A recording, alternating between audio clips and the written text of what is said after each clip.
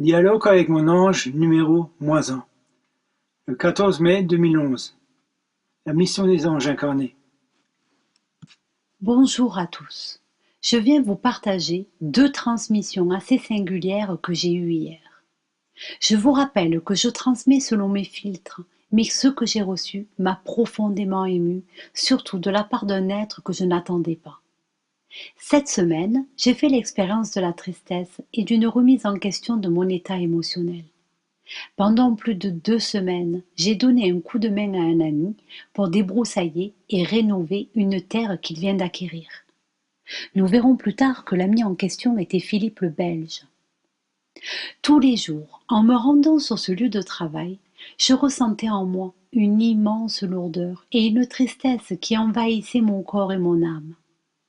J'allais travailler car j'avais besoin d'argent pour réparer mon vieux fourgon. Mais je ressentais que j'y allais à contre-cœur. Ce n'est pas parce que je n'aimais pas ce travail, mais je pris conscience qu'il me renvoyait à de grandes souffrances et à la tristesse d'avoir été incompris, trahi et rejeté par ma famille de ma vie d'avant. J'avais dû débroussailler mon terrain et construire en majeure partie de mes propres mains pour permettre à mon ex-épouse et mes enfants d'avoir une maison bien à nous pour ensuite voir les événements me reprendre l'œuvre de 30 ans de labeur et me retrouver aujourd'hui réduit à survivre de petits boulots. De plus, comme je me voilais la face, mon bras droit, auquel j'avais déjà quelques symptômes préalables, se mit à gonfler et une énorme branche de l'arbre mort que j'étais en train de tronçonner a violemment heurté mon bras gauche. Me voici alors devant mon clavier, mes deux bras endoloris. Je sentais qu'il y avait une raison de partager mon désarroi. Comme j'ai conscience que chaque événement que je vis est une fractale des événements terrestres, bien sûr vus par mon propre filtre, je me suis posée et j'ai demandé à avoir des réponses. Mon amie Christine vint alors dans ma conscience et me dit « Écris s'il te plaît ».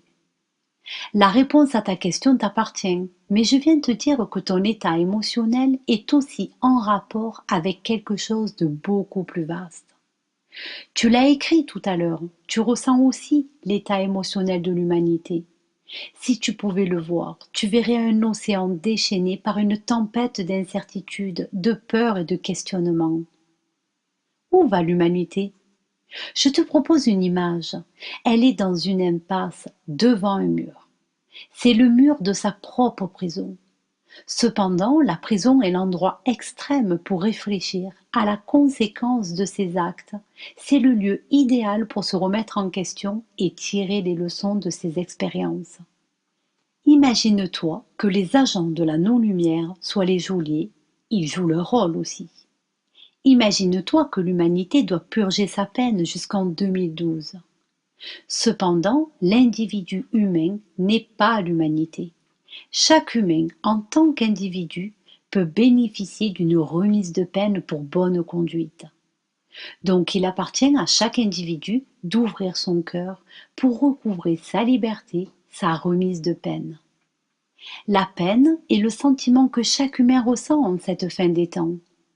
La fin des temps est liée à la prise de conscience de chaque humain. Chaque humain peut choisir de se remettre en question, de choisir sa liberté. Cependant, il peut aussi choisir de se rebeller contre ses geôliers, de refuser de se remettre en question et rester dans sa prison. Ce choix lui appartient, il faut que tu le respectes, comme il faut que tu respectes le choix de tes parents, de tes enfants, de ton ancien monde. Cela est le vrai sens du mot amour, respecter chaque être dans son choix. La tristesse que tu ressens, symbolisée par tes bras impuissants envers ceux que tu aimes, est l'émotion qui te paralyse. C'est aussi cette tristesse qui vous paralyse, ange humain, car vous avez l'impression d'être inutile. Je vous rassure, cette impression n'est due qu'à l'illusion de la matrice dans laquelle vous avez été volontaire pour vous incarner. Votre œuvre est grandiose, au-delà de l'illusion de la matrice.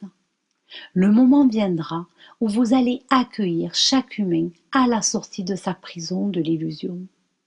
Vous avez été formé pour cela à travers vos propres expériences de vie. Vous avez été volontaire pour participer à l'éveil de ce monde, mais vous n'êtes pas de ce monde. En relisant ce qui vient de m'être dicté, je fonds encore en larmes.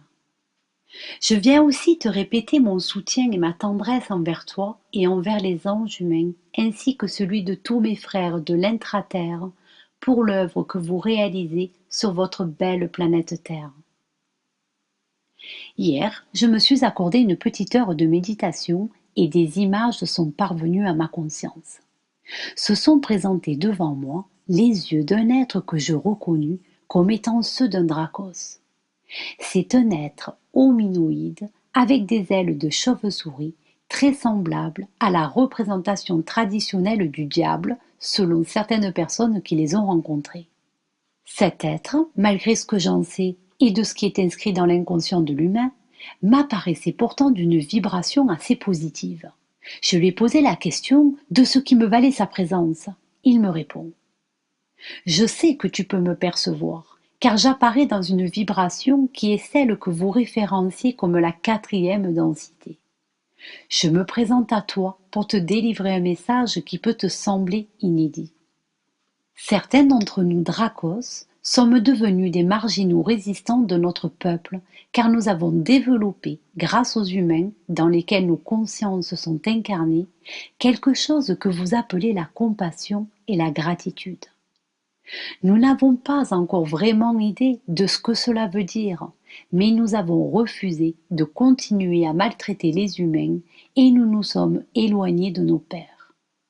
Nos consciences font l'expérience de l'évolution à travers la capacité que nous avons de projeter nos propres consciences dans la psyché de l'humain. La psyché de l'humain est capable de faire l'expérience de la dualité, du bien et du mal. Cela grâce à la séparation des 2 hémisphères du cerveau humain. Notre cerveau, même s'il est constitué de 4 parties, n'est pas conçu pour ce genre de fonctionnement. Il nous permet en revanche d'accéder à des capacités, d'évoluer dans différents plans vibratoires sous différentes formes physiques. Cela nous permet par exemple de supplanter l'apparence de l'humain que notre conscience habite. Vous appelez cela la personnalité multiple. Nous pouvons aussi projeter dans vos consciences des images ou des messages comme celui que tu reçois en ce moment.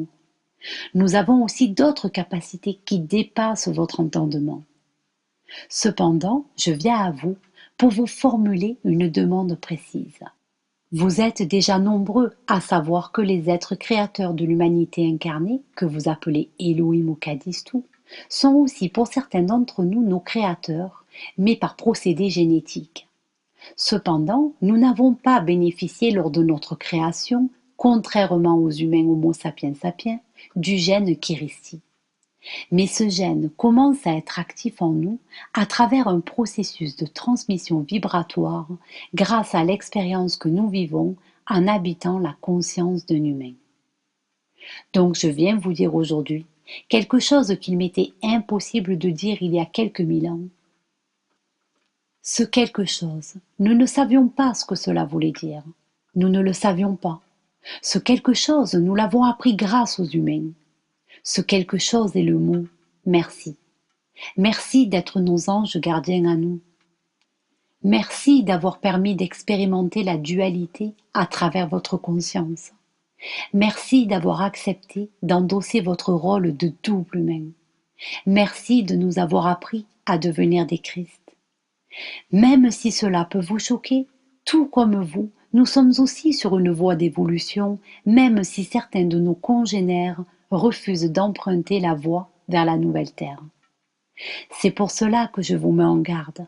Ne vous fiez jamais à l'apparence des êtres que vous allez être amenés à rencontrer, même s'ils ont l'apparence d'un ange. Comme je vous l'avais dit tout à l'heure, nous avons la capacité de vous illusionner, mais nous n'avons pas le pouvoir de leurrer un Christ, un Kiristi.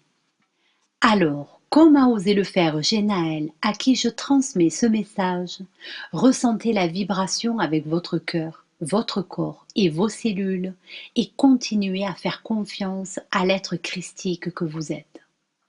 Vous êtes nos anges gardiens.